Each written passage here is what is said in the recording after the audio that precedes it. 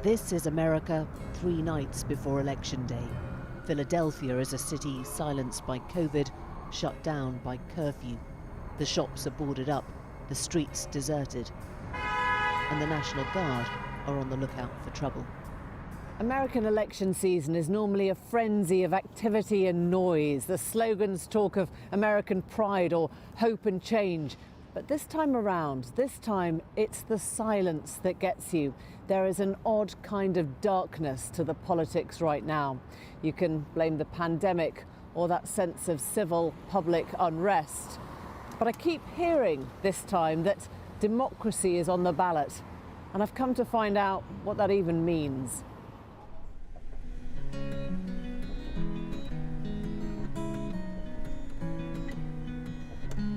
We could ask the question almost anywhere in this vast country, but we've come to Pennsylvania because, quite frankly, it's the place on everyone's mind. Battleground Pennsylvania is the biggest of the big blue states President Trump flipped 4 years ago. And the president's set to hold rallies in 4 different parts of the state today. My message is simple. Pennsylvania is critical in this election. And if we win Pennsylvania, it's over. It's over.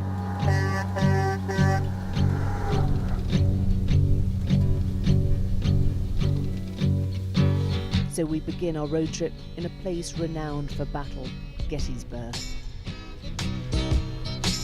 Adams County is deep Republican red. They helped turn the whole state Trump in 2016 by just 0.7%.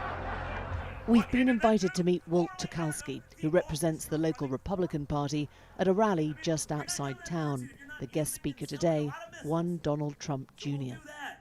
And then we'll fix up roads and tunnels and bridges in Afghanistan that will be blown up 2 weeks later. I want to fix the roads in Pennsylvania. But as soon as we start filming there, the atmosphere sours. Why do you run to the And again, I've told you to stop recording and you've been recording again. So now I need to get law enforcement involved because you are still recording.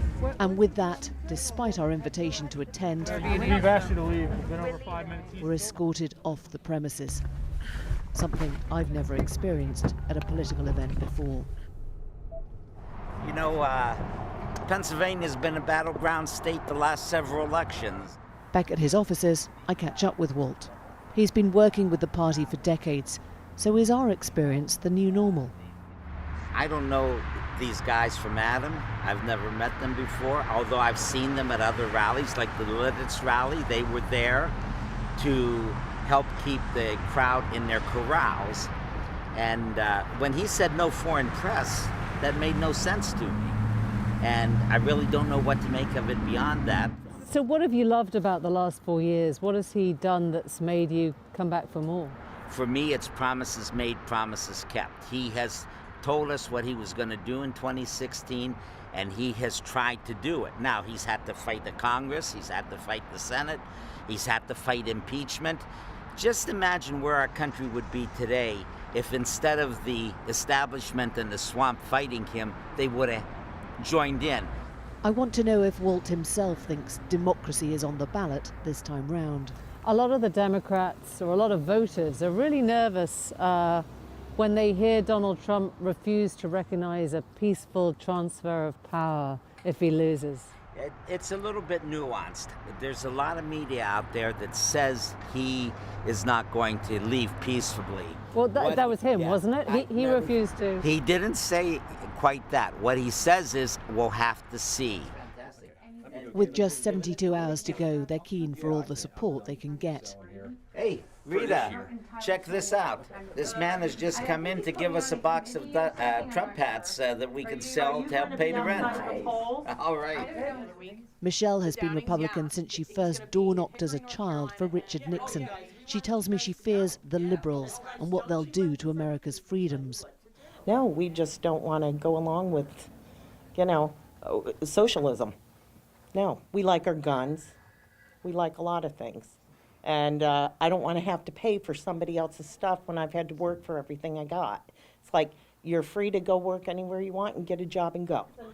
For her, America's division is pretty personal.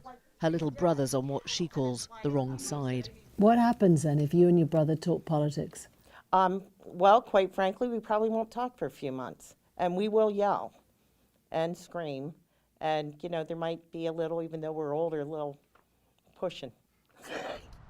And I'm thinking about Michelle, her brother, and countless other families feeling the strain as we head into the town that lives under the shadow of Republican America's favourite son. Gettysburg was the turning point in America's Civil War, a clash between Confederate South and the more metropolitan North.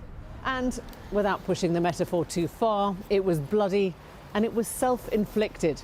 To borrow the words often attributed to Abraham Lincoln, America will never be destroyed from the outside, he said. If we falter, it will be because we destroy ourselves.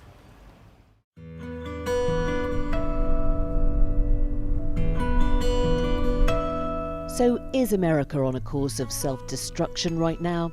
Seems a fitting question to ponder as we head east to Philadelphia, the largest city in Pennsylvania, the cradle of American democracy. It was here the founding fathers signed the Declaration of Independence and later the US Constitution.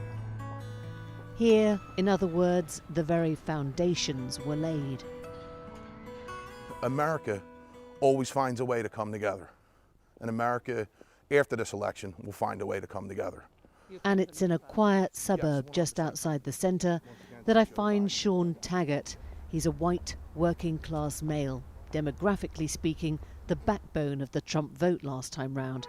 But Sean is a Biden guy, and perhaps most controversially of all, a political optimist. Sean, it's quite striking here. You've got a Trump-Pence sign up there and a Biden. These are very close neighbours, right? Yes.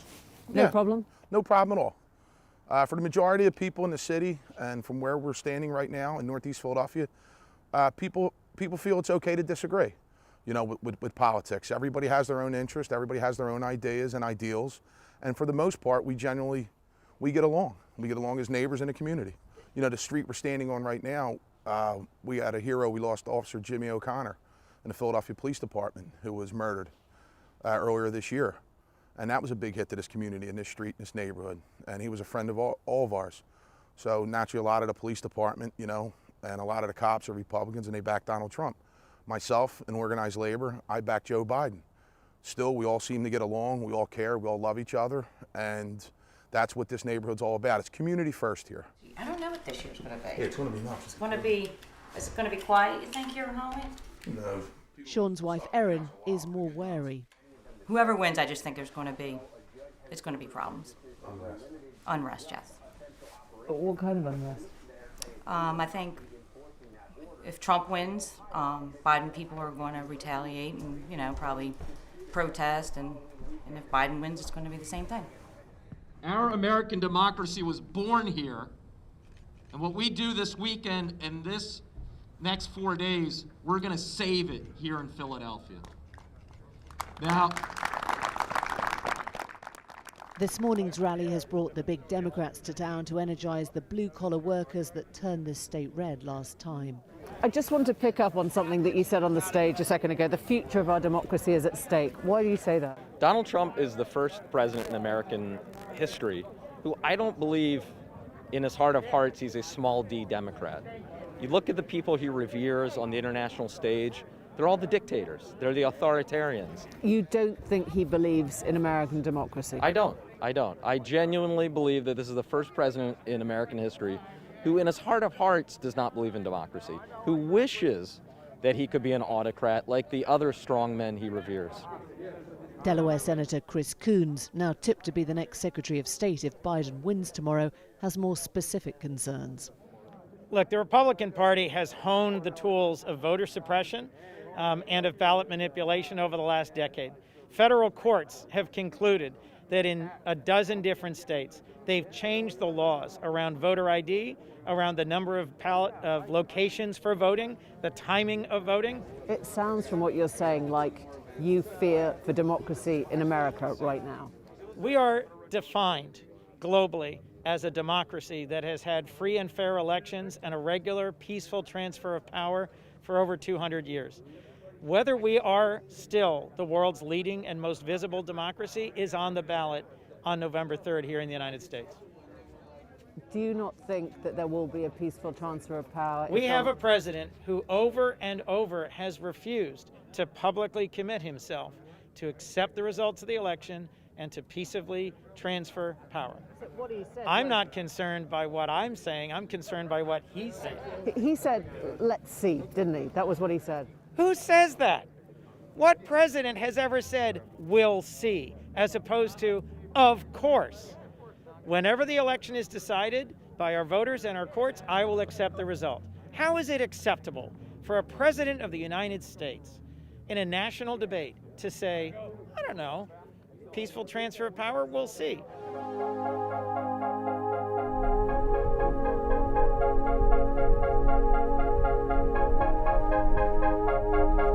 Pennsylvanian law allows posted ballots sent before Election Day to be counted up to 3 days after November the 3rd. But remarks by President Trump suggesting it would be bedlam to have no result on election night have raised the spectre he won't wait for legitimate votes to be counted before self-declaring victory. Which may explain why, in diluvian end-of-days weather, the city's dotted with activists manning drop-in ballot boxes, telling voters to get their papers in now. We have a lot of people that signed up for the mail-in ballots, but we need them to drop it off. The election is Tuesday. There's some things going on with the Supreme Court as far as ballots being counted after Election Day, and maybe, with the mail system, it may slow it up. So we want to make sure we get people to drop it off so that, they can get their vote to be counted and get things done. Yeah, when you violate somebody's rights and frustration kicks in, it's going to be protests and it's going to be riots because people are frustrated. You got to understand, there are people that died for the right to vote. So violating that and taking their vote away is going to cause problems. Can this once great democracy really be held hostage to the fortune of postal deadlines, counting speeds, and the whim of leaders as the world awaits for its decision? America's third president, Thomas Jefferson, reminded his people America does not have government by the majority, but by the majority who participate. Simpler times, perhaps the quote needs a 2020 caveat. America's government by the majority who participate once the counting of their vote is done.